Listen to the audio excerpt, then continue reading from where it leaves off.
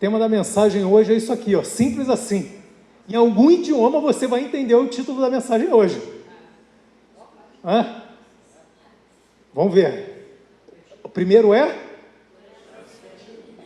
Depois é? Ó a pronúncia, hein? Qual é? Não faz igual o carioca, não. Lá no Rio não tem R igual vocês, né? Heart. A gente fala heart. É heart. No Rio é heart. Cara, entender carioca falando inglês não é para qualquer um, cara. É tipo indiano. Já conversou com um indiano, eu amo vocês, tá? Ou com um egipciano falando inglês? Cara, você pergunta para ele, o que você está falando? Eu estou falando, cara, nasci é 12 e a gente vai. O segundo, agora eu quero ver o segundo, hein? O segundo é? Hã? Não. O segundo é? Cara. O segundo é? Cœur. Francês. Terceiro é? A massa italiana. Cuore da minha vida. O outro está em? Herz. Em alemão, galera alemã. Colônia alemã. O outro tá, que tem uma colônia grande aqui em Curitiba. O que é? Ucraniano. Eu não sei pronunciar, eu só botei. Eu só coloquei. Tem algum aí descendente de ucraniano? Como é que fala? Você sabe? Não sabe. O segundo é greco. Capaia. E o outro é? Vet. Hebraico. Oi? Não, eu inventei. Vocês entenderam? Vocês acharam que é isso? Depois vocês vão no Google aí e procuram a pronúncia certa aí. Tá tudo certo. É isso. Que Deus guarde o coração de vocês. Em nome de Jesus, que Deus abra o coração de vocês para que vocês recebam a palavra nessa manhã e sejam contagiados. Você que está ouvindo a gente em casa aí. Amém. Em nome de Jesus, dá parabéns para minha prima, que já vai estar morando em Curitiba, é advogada lá da empresa. Aos solteirões de plantão. Linda. Eu vou nem falar, eu mostrei a foto dela para o irmão de um rapaz aqui, ele falou assim, já tomo posse para o meu irmão, eu já tomo posse para o meu irmão, eu falei, calma, segura, calma. Ariana, parabéns aí pelo seu batismo ontem, no dia do nascimento do Pedro, Bernardo também, aniversário ontem, é isso, Deus enche o coração de vocês, amém? Provérbios 4, 23, a palavra de Deus diz o seguinte, sobre tudo o que se deve guardar, se tudo se deve guardar, guarda o teu coração. E a gente tem que entender que coração no Antigo Testamento, a galera não tinha esse discernimento de corpo, alma, espírito, né, psique, então coração para eles era ligado a psique, coração, psique, isso tem uma explicação científica, a gente vai passar por isso, é bem legal. Então de tudo que você tem que guardar, Salomão vem dizer, guarda o teu coração, porque dele procede as fontes da vida. E é interessante com essa questão do Pedro, nasce, não nasce, nasceu sabadão, cara, bom demais, minha mulher chegou lá, 10 de dilatação, ou seja, o máximo de dilatação, andando, normal, sem dor, andando, pegou lá, chegou lá, a enfermeira já estava, a médica já estava, faz o toque e tudo mais, caramba, já está no máximo de dilatação, uma horinha pouca depois, parto natural, Pedro nasceu com 55 centímetros e 4 quilos. Vocês estão admirados do tamanho do peso do Pedro? Eu estou admirado da minha mulher conseguir ter parto normal.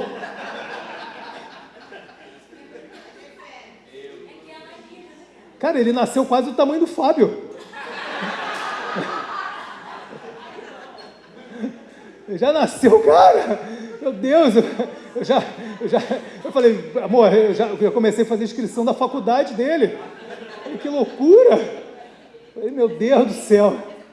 Já nasceu, Helena, eu pegando ele no colo, falou, ele tem dente. Eu falei, só falta essa. É um mutante. Meu Deus do céu. Meu Deus do céu. Que isso, Jesus. Essa galera, eu sei que está muito acelerada, mas nascer com dente? Eu falei, não dá. Deixa eu conferir, Helena. Era um leitezinho, né, que às vezes fica agarrado. Eu falei, meu Deus, ufa, Jesus. Vambora. Então, sobre tudo que deve guardar, guarda o seu coração, Porque dele procede as fontes da vida. E sabe qual é o primeiro órgão a se formar? O feto. Cara, impressionante isso. O primeiro órgão a se formar no feto é o coração, cara. E existe um estudo que ele não nasce na posição que é o nosso coração hoje. Ele nasce fora dessa posição depois, entre ali, né? Porque não existe cérebro ainda. Então depois que ele vai se encaixando. E depois que nasce o coração, é formado o coração, ele forma todas as veias, né? Os canais, onde procede a saída para vida. Quando a gente lê Provérbios, cara, os médicos deveriam ler mais a Bíblia. A comunidade médica deveria ler mais a Bíblia. Cara, ele fala assim, ó, sobre tudo que você deve guardar, guarda o teu coração, porque dele procedem as fontes da vida. E depois que faz o coração, que forma o coração, ele vem fazendo as fontes da vida, que são as veias que saem dele, os vasos que liberam oxigênio, glicose, para poder encher todo o restante do corpo. E olha que interessante, porque que o coração ele está ligado justamente à tua psique. Porque quando você traz, olha que loucura isso, algum pensamento retroativo na tua mente, vamos dizer assim, estou pensando como era legal minha infância. Antes de você pensar, eu fui estudar, fui olhar sobre isso, fui ver sobre isso, antes de você pensar, o teu coração começa a bater, teu vaso começa a bombear, oxigênio, glicose, entre outras coisas, para depois o teu tico e teco começar a funcionar. Por isso que quando a Bíblia fala tudo que você deve guardar, guarde o teu coração. Quando você vai pensar sobre o futuro, ele começa ali a lançar sobre o glóbulo frontal que você e eu temos aqui, glicose e oxigênio. Ou seja, antes de você pensar sobre o futuro, há uma necessidade que o teu coração comece a bombear. Isso é frações de milésimos, para que depois você comece a pensar. Então, por isso que em Provérbios ali, uma das palavras que você mais encontra é coração. Guarda teu coração, coração, coração, coração, coração. Porque a gente sabe, e depois a gente vai passar um pouquinho aqui e a gente vai entender. Por isso que quando a gente fala, você vai lembrar, a galera mais nova hoje em dia não vai usar muito isso. Quando a gente está ali, a professora nossa pedia para a gente gravar Parou para pensar nisso? Gravar Eu sei de Interessante isso, né?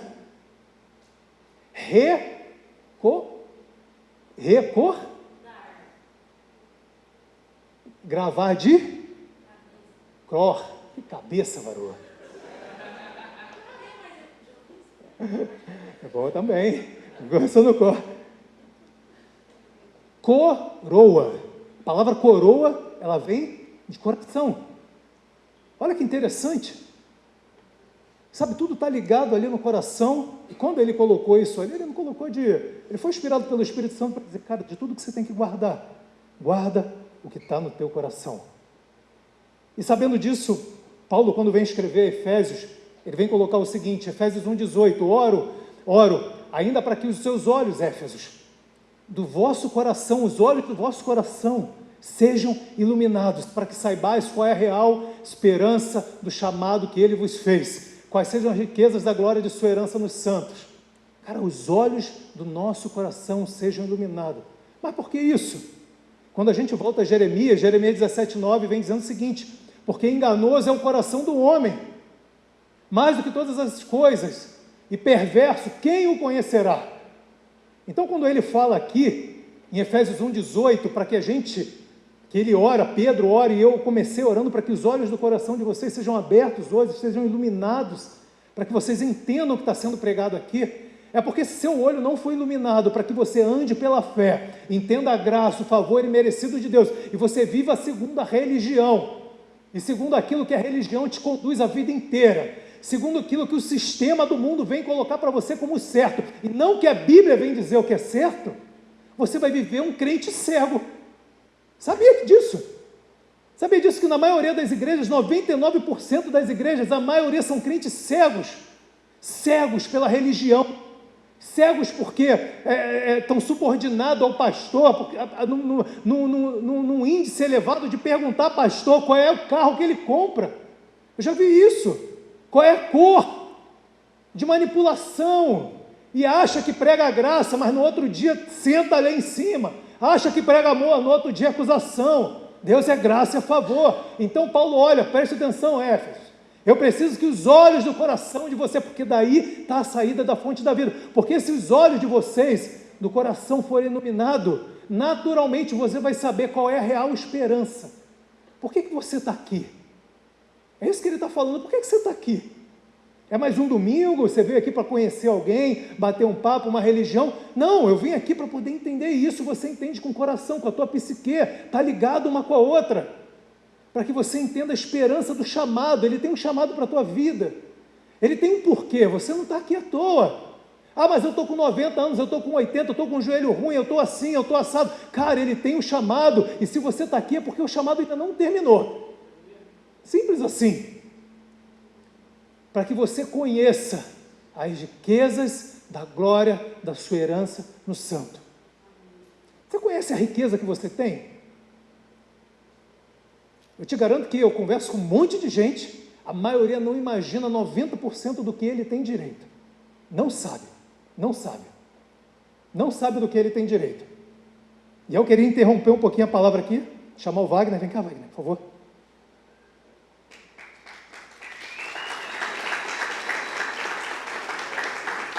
Wagner chegou aqui na igreja desconfiadão, tipo Adão, com a esposa, galera jovem, tudo mais. Será que é a igreja para gente? Será que não é? Vai ou não vai? Uma vez Deus pegou ele ali na saída ali com a esposa dele, acabou usando a minha Bruna para falar de coisas que a gente nem sabia que estava se passando na vida dele. Aí falou assim: eis que vejo que é profeta, hein? Não. E o Wagner vai te passar o que é sobre isso. Ele vai contar aqui em 2, 3 minutinhos o que ele viveu de experiência. Os olhos do coração dele foram abertos para a graça, por favor, para ele entender qual é a riqueza da herança. Amém? Amém, pessoal, bom dia. Deixa eu compartilhar um pouco de Jesus que fez em minha vida, né? Utilizando aqui o pastor Rafa, a pastora Bruna como instrumentos do Espírito Santo para falar com a gente. Deixa eu dar um pouco de contexto do que aconteceu. Então, assim, eu estava trabalhando em São Paulo, era o meu ídolo esse emprego, né? Então eu estava, como o pastor Rafa comentou, um pouco afastado aqui da igreja onde eu estava frequentando. E aí, de uma forma, assim, sem explicação, sem racionalidade nenhuma, eu fui desligado desse emprego. Voltei para Curitiba, isso me pegou de uma forma muito dura. Eu deixei de comer, deixei de dormir, emagreci 8 quilos. Então, assim, os homens, né, que são provedores da casa sabem o que é isso, o que significa isso para um homem, né? Então, assim, me vi totalmente desamparado. Porém, no dia 26 de fevereiro, sem saber absolutamente nada, a pastora Bruna encaminhou uma mensagem para a Ana, dizendo o seguinte: Ana, como é que você está? Como é que vocês estão? A gente tinha perdido um pouco o contato. Ela falou: olha, eu não sei o que você está passando, mas eu vou te dizer uma coisa. Isso aí tem hora e momento para acabar. Fique em paz. E aí eu ouvi esse áudio e falei: nossa, como que ela sabe de tudo isso que está acontecendo? Então isso me chamou a atenção. Isso me trouxe de volta para a igreja. Então, quando eu voltei para ser igreja, nós tivemos uma série de ministrações aqui, falando acerca do amor de Deus, falando acerca das batalhas na mente e falando acerca da fé. Então, pouco tempo depois, o pessoal aqui na igreja, o pastor Rafa orou por nós. Até teve um dia que eu estava saindo aqui, o Rafa foi lá, me buscou e falou: ó, essa semana Deus vai te surpreender. E de fato surpreendeu. Teve uma entrevista. Nessa entrevista, consegui a recolocação. Isso demorou um mês e meio depois. Aí, o que aconteceu? Mais uma vez, a pastora Bruna encaminhou uma outra mensagem para a Ana, falando: Ana, descansa. Descansa no barco de Jesus. Descansa em meio ao caos, porque Jesus está no seu barco. O que aconteceu? Novamente, de uma maneira inexplicável, eu perdi novamente o emprego. Eu falei: ué, o que aconteceu? Só que com uma diferença. Ao invés de ficar com medo, sem dormir, assim, aquelas batalhas na mente, eu falei para minha esposa, eu falei: descansa, que eu tenho certeza que agora Deus está conosco, Jesus está no nosso barco. Fique em paz. Então, da primeira vez, aquele desespero todo, da segunda vez, após permitir-se ouvir todas as pregações, oração, então, eu descansei no Senhor. Então, uma semana e meia depois, eu fui recolocado. Então, o que eu quero dizer aqui, né? Você que está passando um problema, você que está passando alguma dificuldade, eu quero dizer para você, e eu vivenciei isso aqui através da Ser Igreja, Deus vai colocar um fim nessa situação. Isso que você tem passado, tem dia e tem hora para acabar. E se você está passando por algum problema, fique em paz, descanse em meio ao caos, porque Cristo está no barco. Cristo é o nosso Ser Supremo, em nome de Jesus. É isso, Rafa.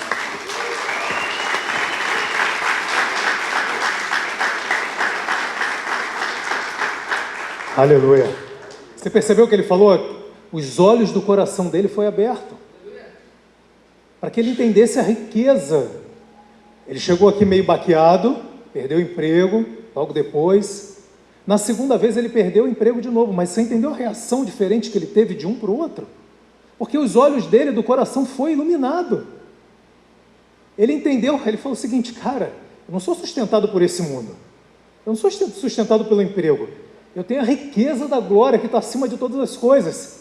Semana passada eu falei sobre isso, que a gente não é um ser natural, a gente é um ser espiritual, e por isso a gente anda no sobrenatural. Eu tenho certeza, para a glória de Deus, que essa mensagem chegou de uma maneira avassaladora na vida de vocês, para vocês entenderem que vocês não andam mais segundo os sentimentos, segundo a carne, segundo aquilo que vocês estão vendo. E semana que vem eu vou falar sobre dinheiro, mufunfa. Como é que isso funciona na fé? Vou trazer essa pregação muito instigadora, se Deus quiser, em nome de Jesus, se assim Deus permitir, para que a gente troque isso aqui, para que a gente cresça nisso. Você viu como ele mudou a palavra do amor, a série que Deus colocou no coração da minha esposa, depois a série sobre fé, Deus colocou no meu coração, veio encher o coração deles, veio confrontar e falou o seguinte: cara, e agora sabe o que acontece? O Wagner, o coração dele está aberto, os olhos dele estão abertos, ele pode ser demitido amanhã, de novo. Ele sabe que ele vai descansar e ele vai crer, e assim como Deus reposicionou ele, que ele estava num patamar assim, ele achou que era o máximo, Deus botou ele assim, e aí ele foi mandado embora, Deus botou assim, e ele sabe que se ele for demitido de novo, Deus vai botar assim. É isso, essa que é a nossa realidade. É duro, dói, a gente como pai de família, complicado ninguém está dizendo para esconder a realidade, mas a gente não vive na realidade, a gente vive pelo que crê. E os olhos dele foram abertos, e não tem jeito. O Wagner falou aqui, o jeito que os meus olhos espirituais do meu coração foi aberto, foi conhecendo a palavra, a graça e a fé. E é esse jeito que a gente, eu botei 4 versículos aqui para que vocês entendam. O Salmo 119, versículo 105 diz o seguinte: lâmpada para os meus pés. Aqui é uma maneira figurada que diz sobre isso, né, que ele andava com uma lâmpada no pé, é porque eles andavam com a lamparina pertinho do pé, e iluminava aquilo ali perto deles, por isso que eles diziam: lâmpada para os meus pés, é a tua palavra, luz para o meu caminho. Êxodos, não viram uns aos outros, Êxodo 10, 23, isso aqui foi na última praga, grava isso, a última praga do Egito, estava tudo ali, a praga para matar os primogênitos, lembram disso? Lembra disso? Não viram uns aos outros, e ninguém se levantou do seu lugar durante 3 dias. Porém, todos os filhos de Israel tinham luz nas suas habitações. Reparou que a luz aqui é a mesma luz de cima? Reparou que a luz é a mesma ali? Se chama oré no hebraico. Essa luz aqui é a mesma luz que está de cima. E pasmem, é a mesma luz que está em Gênesis 1:3, que não é a luz de luminares, a luz de sol, a luz que foi feita. Em Gênesis 1:3 fala da criação dessa luz. A gente não vai entrar nessa pregação, não vai falar sobre isso hoje. Mas isso é o próprio Deus, é a luz do próprio Deus. Assim como lá no Egito, não tinha, estava tudo escuro, havia trevas. Se você for lá ler em Êxodo, está lá. Está tudo trevas. Mas que luz é essa? Que luz é essa? E a gente vai em João 8,12. De novo Jesus ele falou dizendo: eu sou a luz do mundo. Quem me segue não andará em trevas, pelo contrário, terá luz na vida. Jesus a gente sabe que é a palavra, e Jesus a gente sabe que Ele é a graça, e Jesus a gente sabe que Ele é o amor. Então não adianta, se você quer ter os olhos do seu coração abertos para o dia mau, porque o dia mau vai chegar. A diferença do dia mau para mim, e a diferença do dia mau para quem está no mundo, é porque o dia mau chega para mim e para ele igual. Mas a diferença é como eu respondo a esse dia mau. Grava isso no teu coração. E não há outra forma, a não ser de você entender que essa luz, que é você viver baseado na palavra. Na palavra. Crente que não lê a palavra, crente que não medita na palavra, crente que não pega a pregação de domingo aqui, não pega o que é ministrado ali na célula. Falei semana passada, vive sendo enganado por Satanás. Vive sendo enganado, porque não sabe qual é a herança dele em Cristo, porque os olhos do coração, da mente não foi iluminado, e você só ilumina isso através da palavra, e essa palavra que está aqui em Gênesis 1:3, que diz que haja luz, é a mesma quando a gente vai lá, foi falado no grego, mas quando a gente vai lá em Apocalipse 22, que não haverá mais sol, nem lua, o próprio Deus, o quê? Iluminará. Esse é o Deus. Ele está falando, cara, deixa eu te iluminar, deixa eu iluminar através da minha palavra o teu caminho, deixa eu te mostrar o quanto eu sou bom. O seu coração só vai entender, e você só vai conseguir viver aquilo que eu tenho para você, aquilo que você tem de herança, quando você deixar a minha palavra entrar dentro de você de uma maneira avassaladora. E isso, de alguma forma, foi durante toda a minha vida.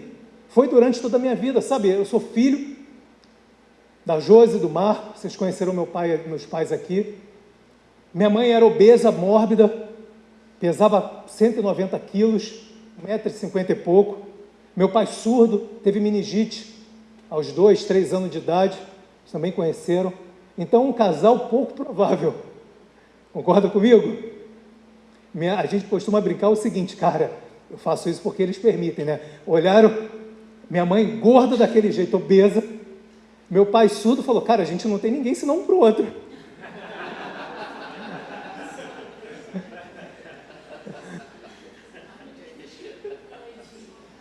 Vamos que vai dar certo. É pela fé. É pela fé. E sabe, tudo para dar errado desde o começo. Tudo para dar errado. E minha mãe, ela teve uma gravidez antes de mim, 6 meses ela perdeu esse bebê. E aí logo depois ela engravidou, meu pai, né, de mim, né, como primogênito. E antes, quando eu estava ali na barriga da minha mãe trabalhava no IASES, no laboratório público, tinha arrumado aquele emprego para ser atendente, ali para recepcionar, fazer o cartãozinho. E aí, de alguma forma, uma mulher chega do lado da minha mãe e fala assim, ó, tem uma pombagira do seu lado. Do mesmo jeito que ele comeu o primeiro, ele vai comer o segundo, que era eu. Minha mãe, mais ou menos e tudo mais, sabia de fé, de crente, de nada, ficou com aquilo. E quando chega na hora do parto, minha mãe tem parada cardíaca, ela tentou parto normal, não conseguiu, porque o meu pé agarrou na costela, então eu não desci de jeito nenhum, e eu comecei a ficar roxo, complicado, e corta às pressas, e minha mãe também desfalecendo, os médicos correm no meu pai e na minha avó, pede autorização para dar um choque anafilático nela, ou seja, ou ela ou o bebê poderia morrer, ou os dois naquela hora, dá o choque, reanima minha mãe, e dá tudo certo, o bebê roxo, que era eu, nasce, não nasce, nasce com vida, e eu nasci pretinho, eu sei que eu sou moreninho, mas eu nasci carvãozinho, bonitinho, lindo, por conta justamente da questão da falta de oxigênio, de ter enrolado, de ter perdido, e todo mundo achava, meus pais achavam que eu teria com certeza lesões na cabeça absurda, lesões cerebrais. Eu sei que eu não sou muito normal, mas assim... mas não foi para tanto, né?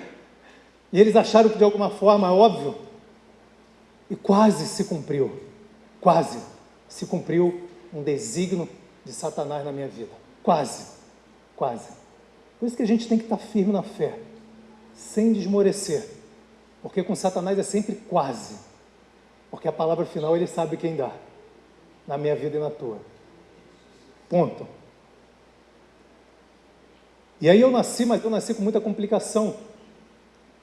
Por conta dessa questão do nascimento complicado, eu nasci com uma deficiência imunológica muito grave. Muito grave. Eu dormia bom e acordava com pneumonia dupla. Dormia bom e acordava com pneumonia dupla. Isso eu estou falando há 40 anos atrás. Sei que não pareço, mas tem 40, fazer 41. 40 anos atrás. A medicina não era aos pés do que era hoje. E eu tinha essa deficiência de glóbulos brancos. Hoje, eu estaria sendo internado, provavelmente, para fazer o tratamento, que estava ali começando um princípio anêmico muito forte para a leucemia e tudo mais. Seria isso. Eu dormia bom, acordava ruim. Eu tive que fazer tratamento, inclusive, com um remédio que hoje a galera toma, depois de sair da quimioterapia, chamado Leucogen. Eu fiz tratamento, eu tive que fazer, até os 5 anos eu tive que ser tratado com Leucogen. Ser tratado com Leucogen, isso de doação. Então, assim, meus pais pobres, meu pai desempregado, eu altamente doente, minha mãe funcionária, uma atendente de um balcão de funcionário público, ganhando um salário naquela época. Se a gente não tinha dinheiro, era para nada, para zero. Vivíamos à base de doação, literalmente. Literalmente. Era parente ajudando a gente, meus avós ajudando, tanto materno quanto paterno, meus tios ajudando, minha tia, né, a mãe da Mariana, que eu falei aqui, que a gente chama de Tatai, a Bia, saíam para pegar a gente morava lá no Morro do Sossego, saía para poder buscar a gente, me buscar para poder ir, para poder fazer tudo aquilo. Muitas das vezes era um ovo dentro da frigideira para poder espalhar para mim, para minha irmã, para o meu pai, para minha mãe. Jogar um pouco de arroz ali dentro e é isso. Às vezes era meia laranja para dividir para mim e para minha irmã. Situação muito, muito, muito caótica.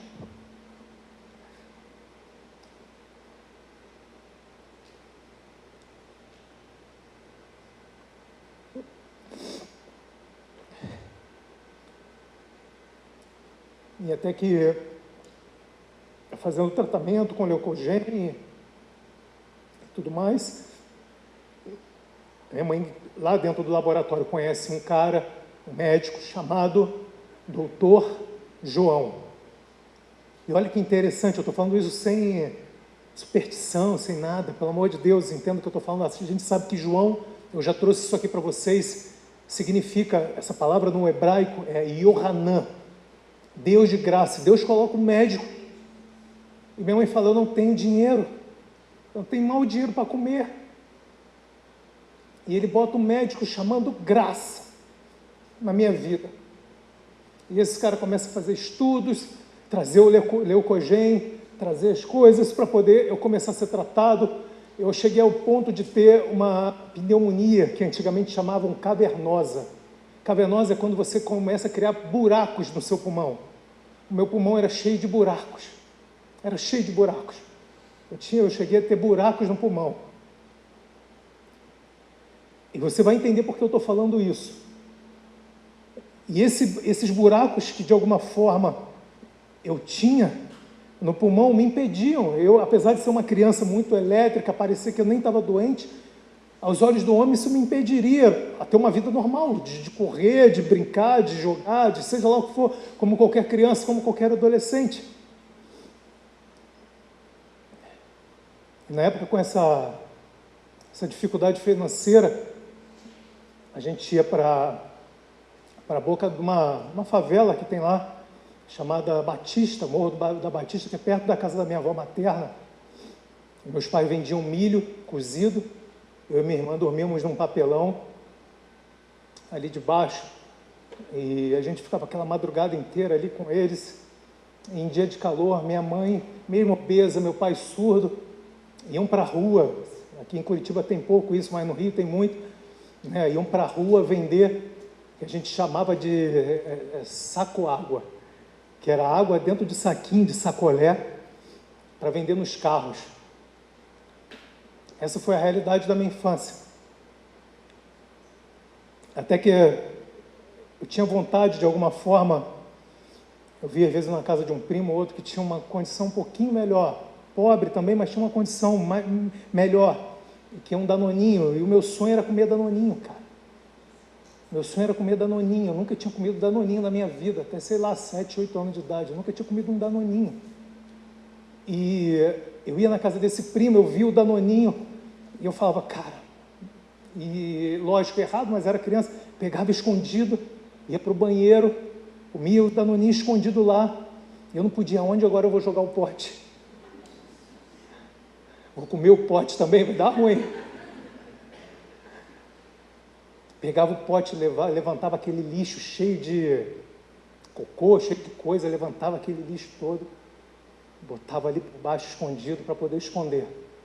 Isso foi a minha infância, porque eu tinha medo de pedir, no sentido porque eu sabia que a galera às vezes, não, isso aqui é para o mais novo, não é para você. Ou minha mãe me dá um puxão de orelha, isso aqui não é seu, você sabe que não pode pegar as coisas dos outros. Pegava escondido, ia para o banheiro, levantava aquele papel cheio de cocô, botava ali escondido para poder comer. E aí quando chegou com 6, 7 anos de idade, eu resolvi trabalhar. Eu comecei a trabalhar. Você imagina a minha filha aqui, começando a trabalhar. Eu falei, eu vou trabalhar.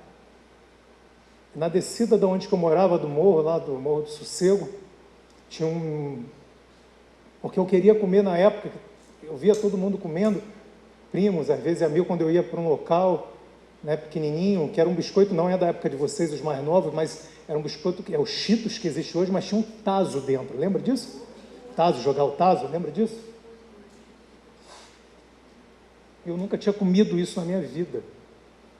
Eu não sabia qual era o gosto, eu via, às vezes pegava de um amigo ou outro. Eu falei, cara, aí eu desceu eu, um amigo chamado Lelei. Lelei, se você estiver vivo, que essa palavra te entregue, porque grandes amigos meus já se foram.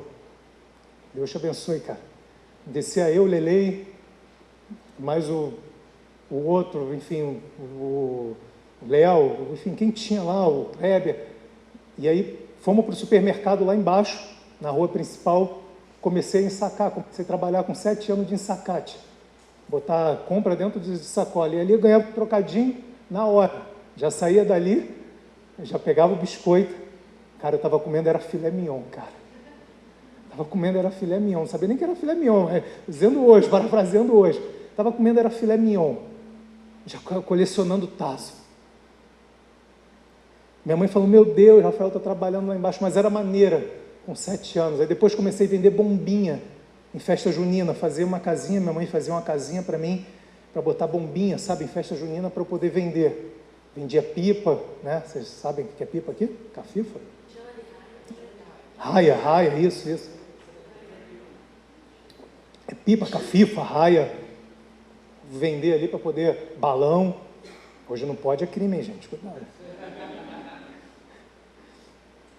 Vendia balão, japonês, latão. Essa foi minha infância. Até que de alguma forma, minhas tias falavam, Josi, você precisa tirar seu filho daí, cara. Seu filho vai virar bandidinho, cara. Não dá para manter aí. E aí minha mãe resolve, naquela circunstância, dificuldade, eu vou morar com a minha avó com 8 anos de idade. Vou morar com a minha avó e lá eu fico, não chego nem a ficar um ano, fico alguns meses. Moro lá com a minha avó também pobre, situação delicada, separada do meu avô praticamente. Meu avô morava em Iguaba Grande, e minha avó fazendo ali das tripas e o coração, conforme a gente brinca, para poder... Tinha 2 filhos ainda que moravam com ela, salvo engano, e ali eu morava também, cara. Mas pensa numa mistura gostosa que a véia fazia, cara, ainda está viva ainda.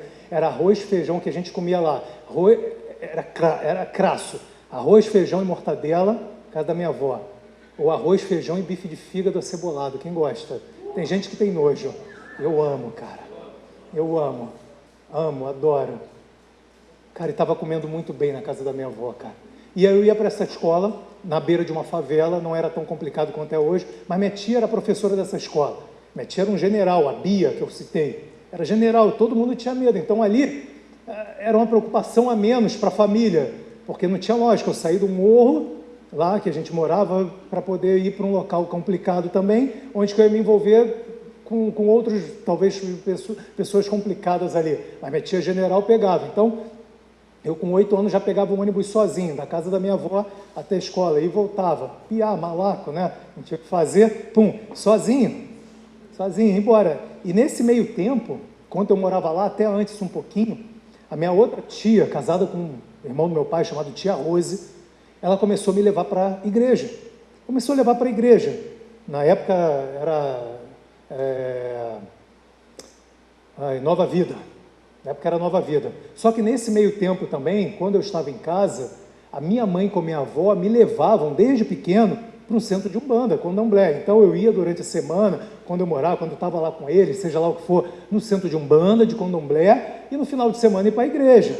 Ia tocar uma curimba na semana, e na outra semana ia dar glória a Deus. Então, assim, essa foi meu intermediário até 8, 9, 10 anos. Ia para o centro de Macumba, porque minha avó acreditava, ela tinha perdido o casamento com meu avô, por parte de mãe, assim como parte de pai também tinha perdido, mas não fazia essas coisas.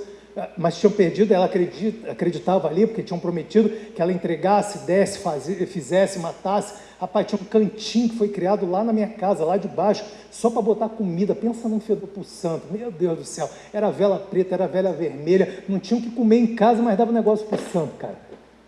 Ai, meu Deus do céu, e aí a minha mãe, a minha avó, até que a mãe de santo falou assim, eu corria, aquele batia tambor e corria, não parava, aquela mulher lá fumando na minha cara, porque a gente entrava num quartinho pequenininho, com imagem de tudo quanto é jeito que você imaginar, e entrava lá, sentava no meio daquela mulher, só fazia assim para mim, meu Deus do céu, o que essa mulher está fazendo? Eu já era muito malaco, pequeno, né, pegava o ônibus sozinho, você imagina. Eu falei, cara, e ela soprava na minha cara, eu falei, meu Deus do céu.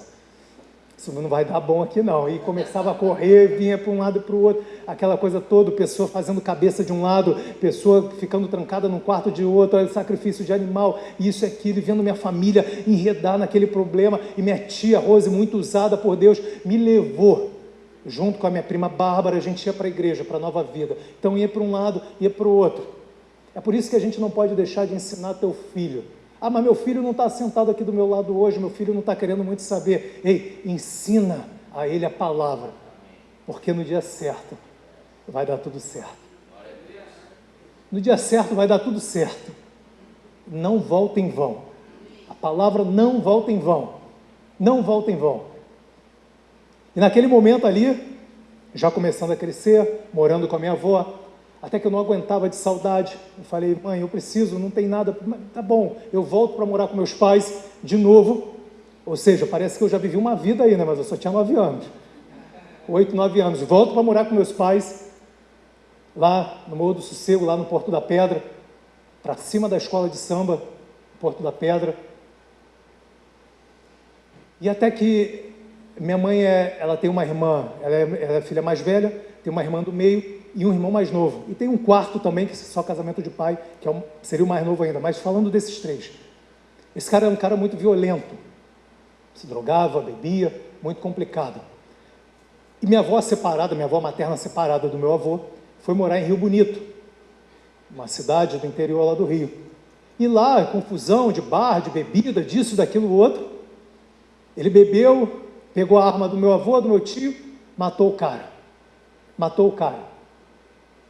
E aí ele vem, depois de ter matado o cara, ele vem e vai lá para a casa da minha avó, que morava, minha avó em cima, né, materna, e meu avô, e a gente embaixo. Ele vai para lá, bate na minha avó, ele vai lá e bate na minha mãe, ele vai lá, ele joga a minha irmã com 4 anos de idade na parede, ele pega uma barra de ferro, meu pai surdo, você imagina, ele vem por trás do meu pai. Ali foi o Espírito Santo de Deus, ele vem por trás do meu pai para matar o meu pai, porque queria morar na casa onde que a gente morava, casa pequena, desse tamanho, mas ele matou um cara e ficava, eu mato um, mato todos, drogado, bêbado, deu um soco na cara da minha avó, e eu do lado de fora, não podia fazer nada, tinha 7 anos, você acha que eu ia fazer o quê? Ele joga a minha irmã contra a parede numa violência, ele dá um chute na perna da minha mãe, ele pega a barra, que meu pai surdo, meu pai não estava vendo nada do que estava acontecendo. Ele veio com a barra de ferro para dar na cabeça do meu pai, numa violência que, cara, no mínimo teria cortado a cabeça do meu pai fora. E meu pai consegue se virar. Meu pai sempre foi muito forte fisicamente. Meu pai consegue se virar e inibir aquilo, mesmo surdo, com a alimentação dele, começa a se inibir, os dois começam a se embolar no chão, até que acaba, um levanta, tu vai para o outro, e ele vai embora. E ele some. Fica 1 ano sumido, 1 ano e meio sumido, foragido, porque a polícia começa a vir atrás dele.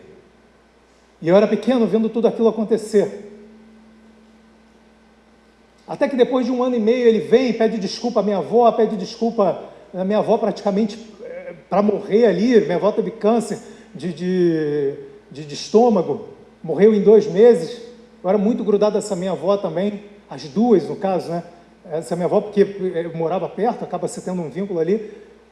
E ele vem pedindo perdão e tudo mais, aquela coisa toda, não tem onde dormir, e aí dormia na sala da minha casa, mesmo depois disso tudo que aconteceu. Só que isso gerou um mal-estar absurdo, porque às vezes ele chegava drogado, bêbado, e minha mãe me trancava com minha irmã dentro do quarto com medo dele fazer alguma besteira. Meu pai dormia com uma barra de ferro, com faca debaixo do travesseiro. Uma vez eu cheguei: pai, para que isso? Porque se seu tio vier, eu vou matar ele, eu vou pegar ele. Eu tenho que estar protegendo você e minha casa. Isso foi um terror. Você imagina isso durante um tempo, anos, dentro da tua casa. Isso foi dentro da minha casa. Até que minha avó, com meus tios, por parte de mãe, por parte de pai, aquela que eu morei junto, fala assim: não tem condição de você morar aí. Esse cara um dia vai fazer uma meleca e vai dar ruim. Eu preciso que vocês saiam daí. E a gente sai e vai morar com essa minha avó. Coitada, uma casa desse tamanho, pequenininho, e fomos morar 8 meses com ela. Não tinha muito mal para ela, fomos lá, moramos 8 meses naquele cubículo, lá apertado, de uma maneira, ficamos 8 meses. Até que a situação começou a ficar constrangedora, não dava, era muita gente, era um quintal, tem um quintal lá com outras casas em volta, que mora um tio atrás, outra tia atrás. Não dava, estava muito apertado, estava complicado. Meu avô deixou como herança 3 lojas na frente da rua. Meu pai assumiu uma das lojas para vender quentinha, para vender pizza, fizemos de tudo ali, para vender de tudo. Já fazia isso desde quando a gente morava praticamente, né? Mas aí foi de vez. E dentro tinha um mezanino subindo, como se você estivesse olhando para cada loja, um mezanino subindo do lado direito, era um quartinho do lado direito aqui, um quartinho pequenininho, 10 metros quadrados, aproximadamente. E falou: cara, a gente vai se mudar para lá. E a gente limpa aquilo tudo, eles limpam aquilo tudo, a gente muda para lá. A gente se muda para lá. E a gente vai morar. Ali cabia uma cama pequena, de casal, mas aquela cama bem pequenininha, onde dormia minha mãe, dormia meu pai, e eu no chão, e minha irmã no outra parte aqui. E só tinha uma cômoda, pequenininha, onde cabiam todas as roupas praticamente nossas, da família. O restante ficava no chão mesmo, a roupa ficava no chão. E era um local muito escuro, tinha muito rato, muito complicado, não tinha banheiro, o banheiro era só embaixo na lanchonete. Então a gente fazia nossas necessidades dentro do balde. A gente fazia nossa necessidade do balde, porque não tinha como descer. Não tinha como mandar minha irmã de 4, 5, 6 anos para poder descer.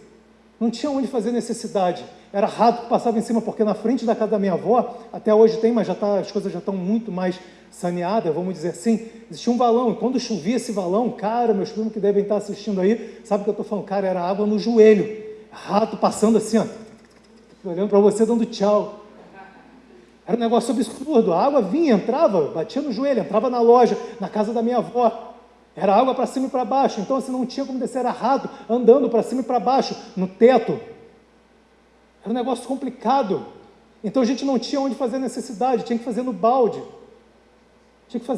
Até que um dia, uma tia minha, que é a irmã da minha mãe, essa mais nova, ela casa com um italiano, vai para a Itália, e ela lá começa a trabalhar e fala assim: cara, eu vou ajudar vocês. E do lado, né, olhando assim para a direita, para vocês entenderem, tem um mezanino, e para cá tem o telhado da lanchonete. Era um vão, era um pé direito mais alto. E a gente resolve fechar aquilo, de madeira, de tábua de correr. Ela paga lá, a gente tem que fazer uma obra física, de uma forma, né, para poder sustentar ali a parte do banheiro. Eu começo a virar massa, né? Sabe o que é virar massa, né, gente? Aqui, o que fala aqui? rodar a massa, cimento, ali com enxada para poder ajudar, para poder fazer, tinha que fazer, e ali a gente bota a tábua corrida naquele vão que tinha do lado desse quartinho, para poder a gente morar ali. Era de telha de amianto, ou seja, imagina o calor do Rio de Janeiro, 50 graus, é ali que a gente dormia, e não era uma telha linear, era uma telha porque ela começava, na época foi construído assim, os ferros atravessados, a telha fazia isso aqui, ó. Então você começava no quarto em pé, no primeiro, porque ali foi construído mais uma salinha pequenininha, mais um quartinho e um banheiro. Então a gente saía desse quarto, que virou meu e da minha irmã, ia para a sala, né, porque você só passava para esse lado, chegava nessa salinha pequenininha, para chegar no quarto da minha mãe e no banheiro. Então você imagina, a gente começava em pé e terminava assim, ó. Fazia agachamento. Saía porque até ele ia descendo. E essa foi a realidade da gente. Glória a Deus por isso. E glória a Deus por isso. Essa foi a realidade. A gente apelidou, os primos que iam, os amigos que iam da igreja. Eu ia numa igreja batista, fui criado numa igreja batista. Criado na igreja, pensa num povo que lê Bíblia. Pensa num povo que lê Bíblia. Fui criado ali, ele presbiteriano. Pensa na galera que lê Bíblia com força. E a gente pega ali, fomos criados, meus amigos, todo mundo, apelidou aquilo ali de Casa da Árvore. Morava na Casa da Árvore. Só que a Casa da Árvore eram madeiras corridas, tinha que juntar uma com a outra. Cara, e embaixo era a lanchonete, o restaurantezinho do meu pai. Pensa dos meus pais, pensa num barulho que fazia para o cliente lá embaixo. Tinha que andar assim, ó, e aquilo ia soltando, criava fresta entre uma madeira e outra. E aí meu pai vinha com o pó de serra e grudava tudo aquilo, porque senão a gente via o cliente lá embaixo, o cliente via a gente lá em cima. Era conexão direta, tipo. Não podia andar de saia, cara. A mulher não podia, não tinha como. Era fresta, era uma coisa absurda ali. Até que de alguma forma as coisas foram avançando e me veio um sonho no coração. A gente morou ali praticamente a vida inteira e me veio um sonho no coração de jogar futebol. Falei, cara, eu vou jogar. Eu fiz uma visita uma vez ao campo lá do Vasco. Uau!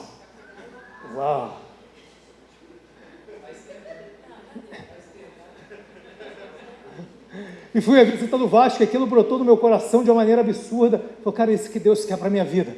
E fui jogar futebol. Comecei lá nas escolinhas de bairro, estava indo muito bem. Fui fazer um teste sozinho. Peguei, me inscrevi e fui jogar no Bangu. Bangu na época era um time legal, tá, gente? Bangu era um time que chegou a ser quase campeão brasileiro. Então, assim, perdeu para o Coxa, né? Salvo engano, perdeu para o Coxa. Era um time teve jogador na seleção, e eu fui, era um time tradicional, eu jogava a primeira divisão do Rio, e eu fui jogar, tinha 14 anos, então pegava lá de São Gonçalo, saía até Bangu, saía 5 horas da manhã, até Bangu para poder jogar isso todo dia. E ali começou o assunto ficar sério.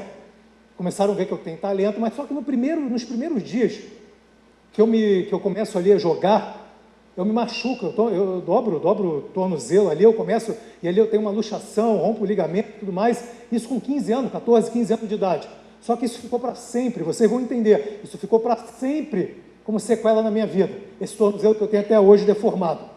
Isso ficou para sempre, mas menino tal, recupera rapidinho, volta, até que me aprovaram de novo lá no Bangu, deu tudo certo, boa, vamos para dentro, boa. Começo a disputar o Campeonato Carioca, as coisas começam a rodar, pego aquele ônibus lotado, e era engraçado, porque é diferente daqui, né? Aqui é uma civilização absurda, Curitiba, né? Você tem quando cheguei aqui, eu falei, meu Deus, só falta avião passar aqui. Cara, vocês têm um negócio só para ônibus. Como é que é o nome disso? Uma valeta, né? Canaleta? Canaleta, córrego, é um córrego. É um córrego, porém não de água, é de ônibus. Tá fluindo. Cara, é impressionante, vocês têm isso só para ônibus. Isso para mim foi um choque, eu falei, meu Deus, no Rio a gente fez há pouco tempo ali na Avenida Brasil, mas o que é dividido é por uma linha. Então o ônibus anda tanto do lado direito, mas ele é malandro, quando tem vaga no lado esquerdo, ele vai para o lado esquerdo porque ele também pode andar, mas ele tem que pegar passageiro do lado direito. Só que os ônibus que a gente pegava era muito lotado, era muito louco os ônibus que a gente pegava. Esses dias eu estava conversando com um jovem falava comigo, Rafael, eu vou nem dizer de quem ele é filho, porque o pai vai ficar apavorado. Eu entrei no ônibus esse dia, pô, minha mochila estava tão cheia que minha mochila ficou para fora, e não sei o que e tal. É o teu filho, tá, Nesias?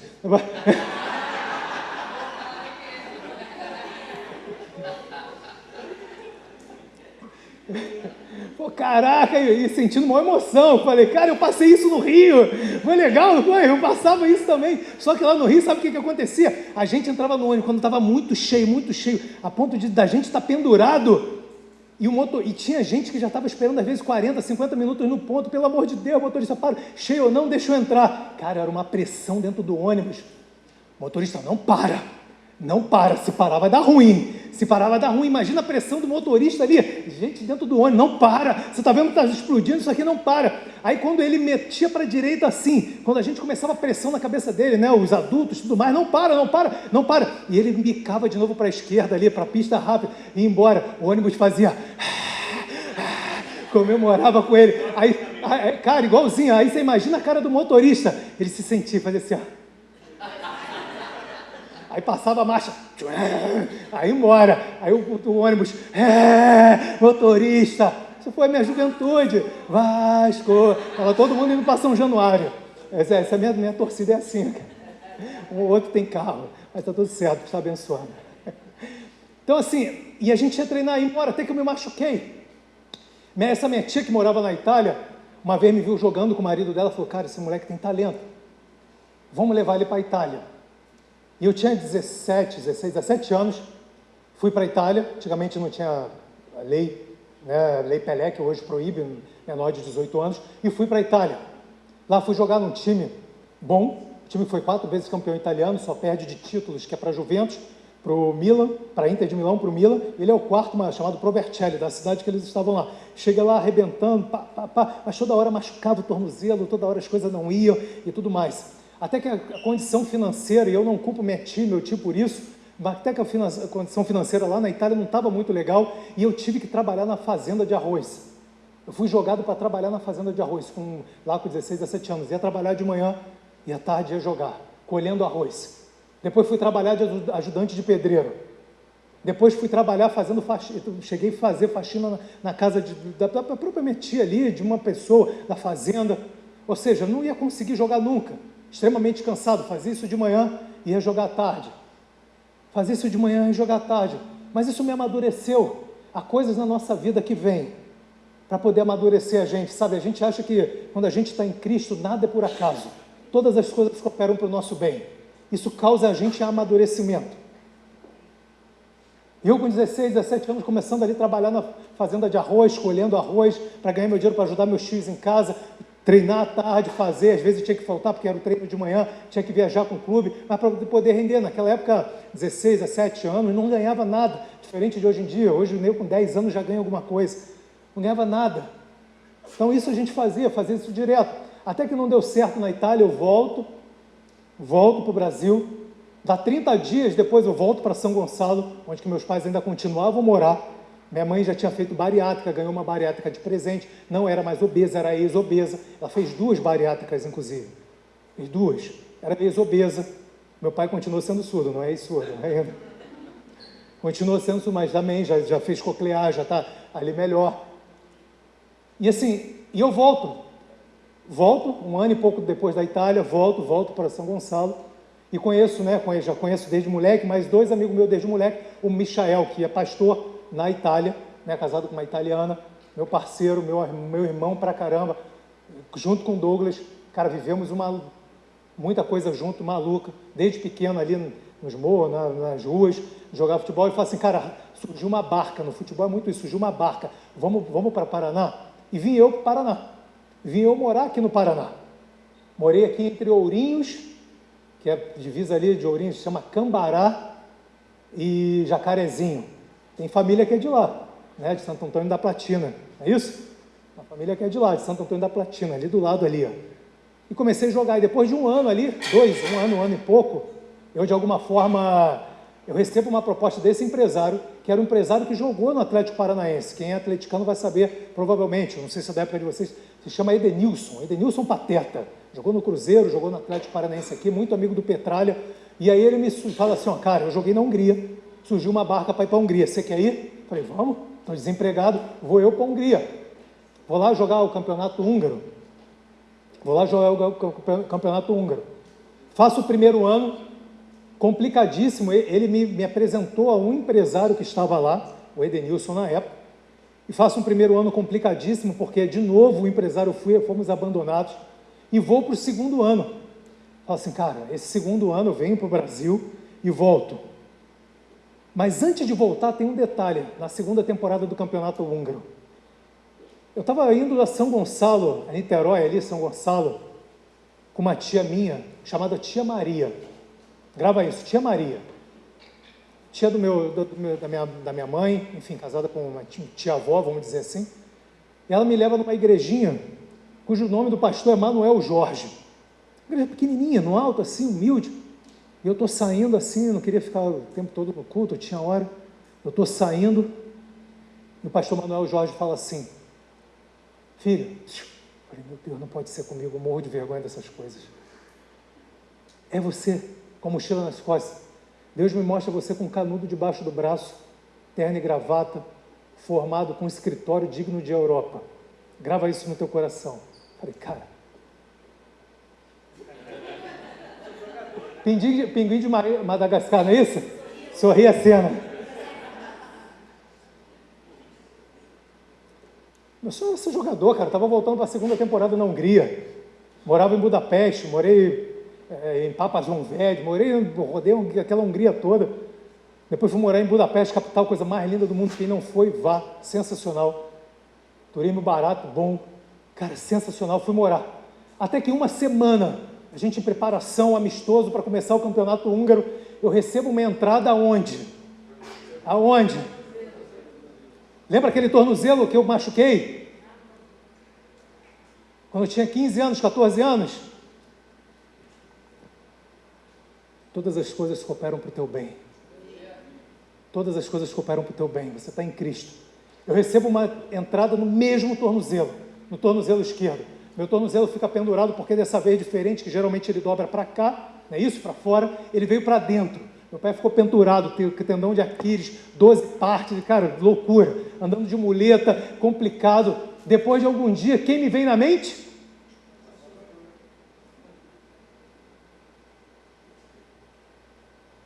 Eu pego esse cara, meu irmão.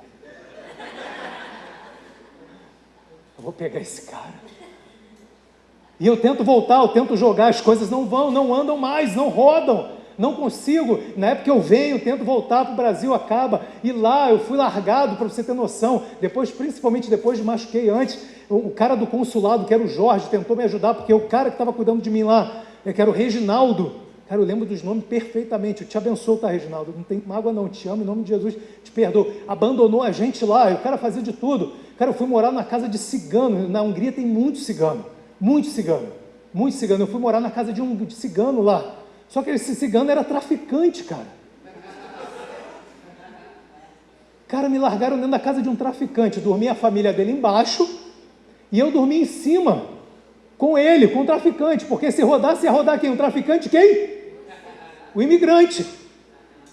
Cara, até que eu peguei e falei assim, cara, eu escutava de madrugada o movimento na casa dele. Eu falei, cara, o que está acontecendo aqui? E eu percebi que ele desceu, não conseguia dormir aquela noite. Fui para o banheiro, abri aquela brechinha. Cara, era caminhão e caminhão chegando de coisas, cara. Tráfico de caminhão.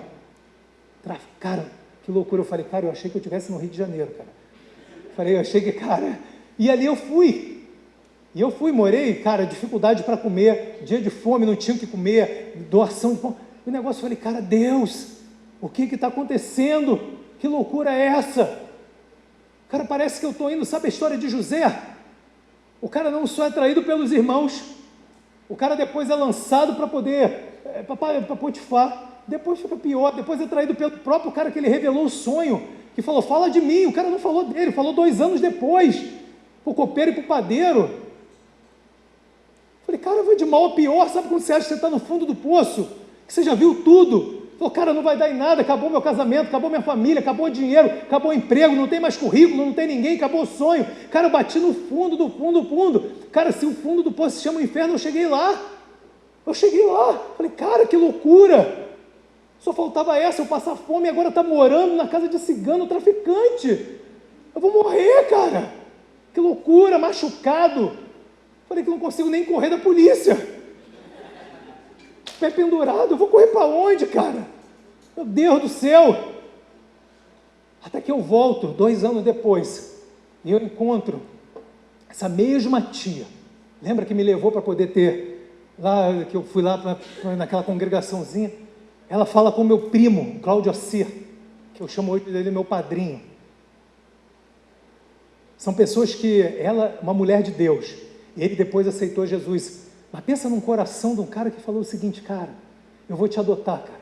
O que você quer estudar? Eu sempre fui muito estudioso, porque eu tinha voltado da Hungria sem perspectiva, tentei ainda jogar num clube, outro aqui, mas não ia, ficava um dia treinando, o tornozelo não permitia, e só vinha aquele cara na minha cabeça, até que eu falei o seguinte: tá bom, eu quero fazer Direito.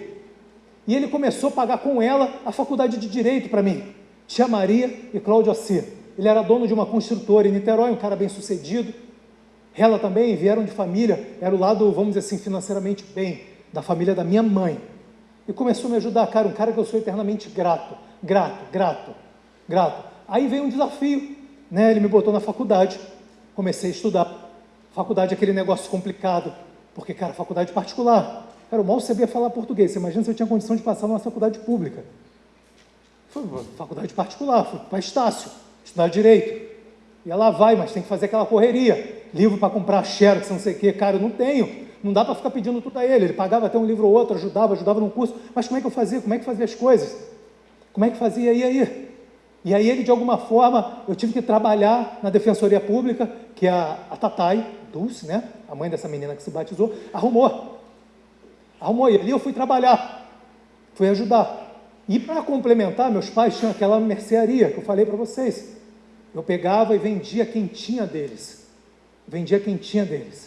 Dentro do estágio.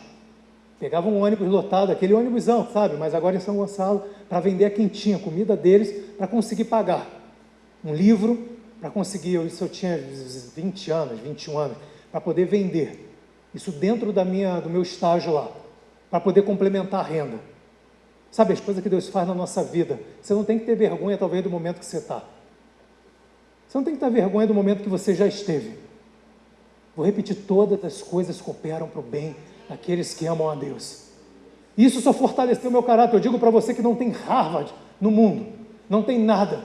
Só que quando isso aconteceu, meu coração esmigalhou. Só que a palavra de Deus diz o seguinte, Deus falou isso para mim, Provérbios 16:1. Meu filho, o coração do homem pode fazer planos, mas a resposta certa vem do lado do Senhor. Você fez plano no futebol, aconteceu, mas a resposta certa vem de mim. E ali eu começo a estudar, começo a fazer a faculdade, começo a vender minha quentinha, né? Minha marmita, minha marmitex dentro do estágio, para poder complementar. Começo ali a buscar, até que no segundo período da faculdade, dentro da construtora desse meu primo que pagava a minha faculdade, apareceu um problema de meio ambiente.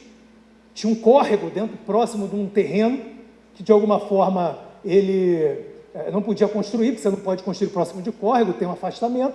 E eu falei: eu vou resolver. O cara, você é louco? Ele falou: pô, você está doido? Como você vai resolver? Você mal começou a estudar, já falei com todos os engenheiros, e que tudo, você não vai resolver, não vai dar certo, não vai dar. Eu falei: eu vou resolver, me dá aqui. E foi o Espírito Santo naquela hora que botou na cabeça dele, estava em jogo milhões ali. E ele falou: tá bom, me deu o documento, para poder resolver como aquela nova construção ocuparia aquele terreno de maneira legal, coisa que nenhum engenheiro, nenhum advogado tinha conseguido resolver. E aí Deus coloca outra coisa no meu coração: meu filho, e ele fala: ministra isso sobre a igreja, me dê o seu coração, mantenha teus olhos firmados em mim, porque vai dar tudo certo. Se você não gravar nada do que eu estou falando hoje aqui, meu filho, minha filha, me dê o seu coração, porque vai dar tudo certo. Vai dar tudo certo. Me entregue a tua psique. Não tente raciocinar. Não tente, só acredita no que eu estou falando. Isso é fé. Só acredita e vai. E eu pego aquele processo e vou. E eu consigo resolver aquele problema. No segundo período de faculdade, consigo resolver aquele problema aqui. Na época não tinha INEA, né? Hoje é como se fosse aqui de vocês aqui, o IAT. Não tinha, eram órgãos separados. Eu faço amizade com um, faço amizade com o outro, vou pedindo, e consigo resolver aquilo. E as coisas começam a andar. Começa a falar, opa, gostei, que legal, começa a me aperfeiçoar, começa a estudar meio ambiente. Cara, eu saio de jogador de futebol para cuidar de meio ambiente, cara, que loucura. O meio ambiente, não sabia nem o que era isso, cara. Começa a estudar, começava a resolver, comecei a tomar paixão por aquilo, comecei a me aperfeiçoar, fazer cursos, mais cursos, todo o dinheiro que entrava na empresa, que eu comecei, as pessoas começaram a me indicar, eu comecei de alguma forma, a investir em mim. Eu não comecei a comprar carro, eu não comecei a comprar roupa, eu comecei a investir em mim, em cursos, idiomas. Eu comecei francês, inglês, italiano, húngaro. Eu comecei a estudar, um pouquinho de alemão, e aí vai. E aí vamos, cara, eu comecei a investir em mim. Deus está te dando ferramenta na tua mão, não é para você ficar investindo em coisas para o mundo ver. Ele primeiro está falando, investe em você. Investe em você, porque é através de você que eu vou fazer você explodir no mundo para ir glorificar o meu nome, e não do que você está comprando. Talvez isso sirva para alguém hoje. E ali eu começo a investir em mim, até que eu pego um clientaço, chamado Odebrecht. Ninguém já ouviu falar já, né? Odebrecht. Não fui preso, tá? E eu pego essa Odebrecht, cara, clientaço, ele não tinha um real estate, a parte de corporação imobiliária, era só construção pesada. E eu pego e começo a fazer ali a parte de real estate dele, o primeiro do Brasil, passou pela minha mão. Só que eu era sozinho no escritório ainda. Minha irmã veio 2 anos, 3 anos depois para trabalhar comigo. E nisso que eu pego esse cliente, o diretor, está fechado o negócio, a minha secretária vai entrar em contato com a sua secretária para poder mandar os contratos para assinar. Só que não tinha ninguém, era eu. E no meu cartão estava escrito assim, diretor. Aí eu falo assim para ele na hora, cara, o Espírito Santo vai te dar estratégia. Escuta isso que eu estou te falando, cara. Eu não sei se você quer empreender alguma coisa, se você tem sonho, se Deus está colocando no teu coração, Ele vai te dar estratégia. Confia nele. E aí o Espírito Santo coloca no meu coração na hora, pum! Eu falei o seguinte, clientes como vocês, não precisa falar com a minha secretária, liga para mim direto que eu vou resolver.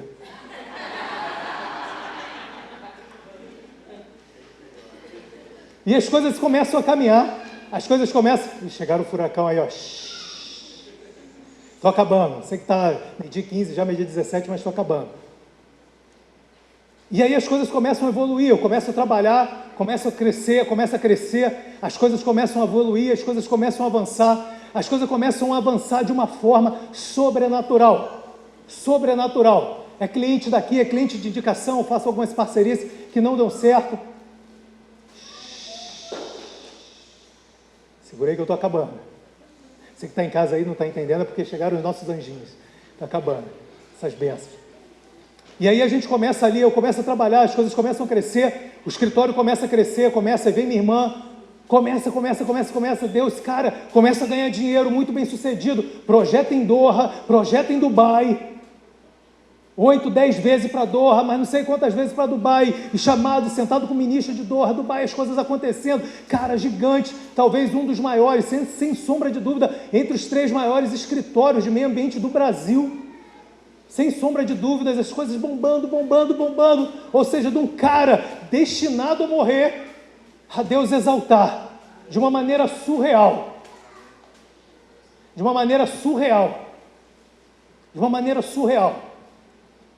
e as coisas começam a avançar, de uma maneira surreal, só que nessa caminhada, chegando praticamente ao fim, Deus me manda abrir mão de tudo aquilo que eu tinha ganho.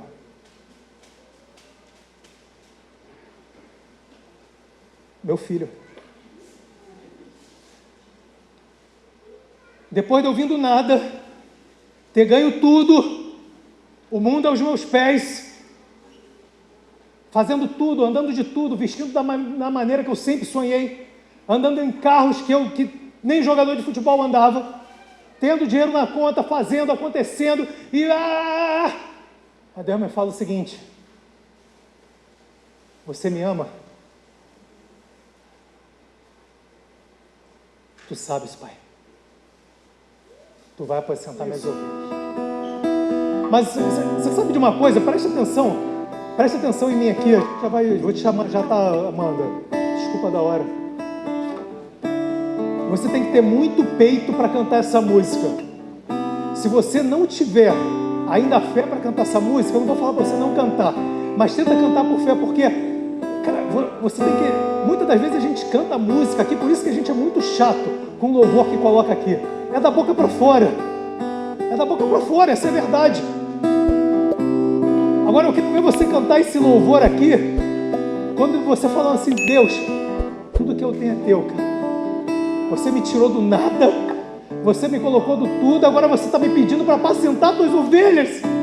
Eu tenho que abrir mão. Deus fala: tudo que eu tenho é teu, e tudo que eu sou é teu, filho. Isso não pode sair simplesmente da tua boca, isso tem que sair por fé. Eu sei que por boca, por vista, a gente não consegue cantar isso como tem que cantar.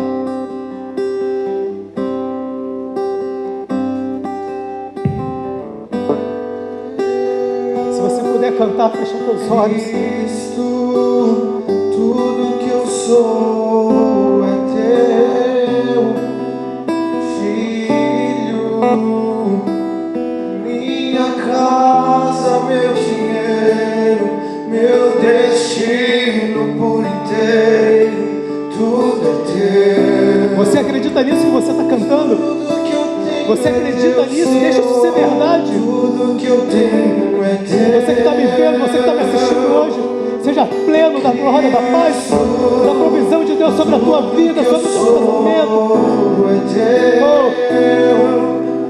Filho, minha casa, meu dinheiro, meu destino por inteiro, tudo é teu, Senhor. Tudo que eu tenho é teu. Vamos, igreja, abre a tua boca. Cristo, É pela fé isso. Eu também não tinha força. Talvez te desapegar de alguma coisa, de desapegar daquilo que Deus falou, cara, é meu, tudo é meu. minha casa, meu dinheiro, meu destino por inteiro, tudo é teu. Oh, diga, igreja, tudo que eu tenho é teu. Derrame. Canta, diga. Tudo que eu sou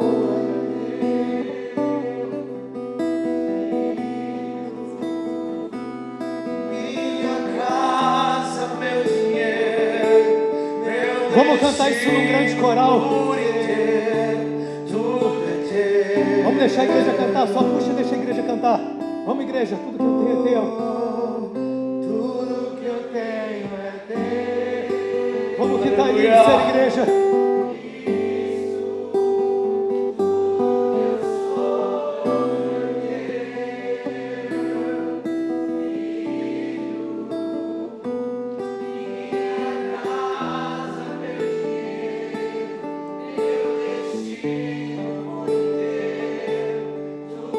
Mais uma vez, só a igreja. Declare em fé, só a igreja. Tudo que eu tenho é teu. Cristo, que eu sou é teu.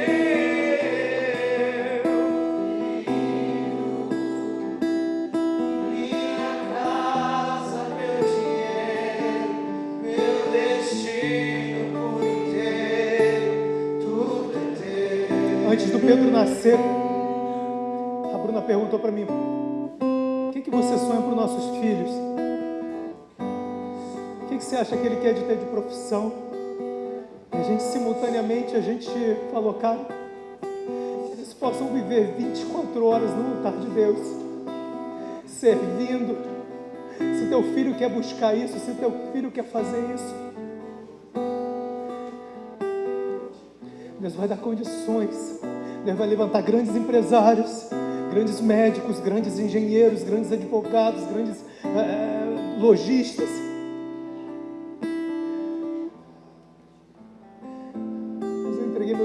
para Ele. Tudo que eu tenho é Teu, Pai. Minha casa, meu dinheiro, meus sonhos, Pai. A minha saúde, a minha igreja. São Teus filhos antes de ser minha ovelha. Seja visitado poderosamente pelo Espírito Santo de Deus essa manhã.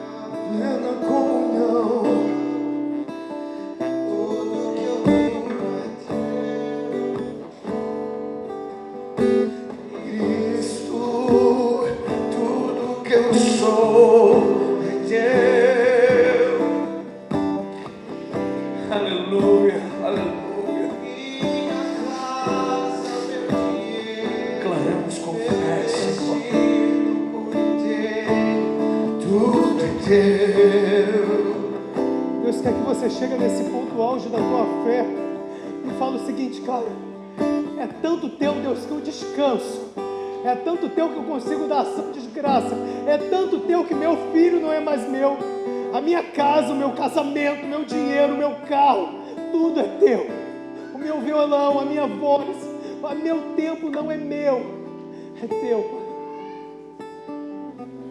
Pai, eu quero Te entregar a vida desses professores em Tuas mãos. Eu quero começar pela vida da Amanda, Pai, que tem coordenado com tanto amor essas vidas, que tem vivido em fé. Pai, fortalece o casamento, fortalece o financeiro, os filhos que são Teus, esses filhos lindos que Você deu para eles. Eu declaro que esse ano é o melhor ano da vida deles como família, o melhor só o próximo, e assim sucessivamente. Eu quero Te entregar cada um dessa vida, desses professores que estão aqui, que não estão aqui.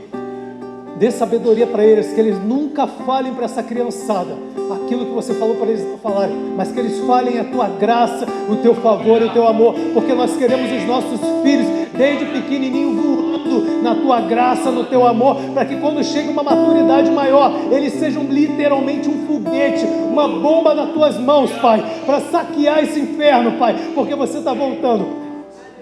Mas eu entrego cada aflição desses jovens também, Pai, que eles passam quereres e desavenças às vezes, e dúvidas, que eles tenham paz para entender que tudo é Teu, e quando eles entenderem que tudo é Teu, eles vão descansar e vão falar: cara, agora vai dar tudo certo, porque tudo é Teu e eu descansei no melhor lugar do mundo. Amém, amém. Ser igreja, estão liberados, tá? Deus abençoe.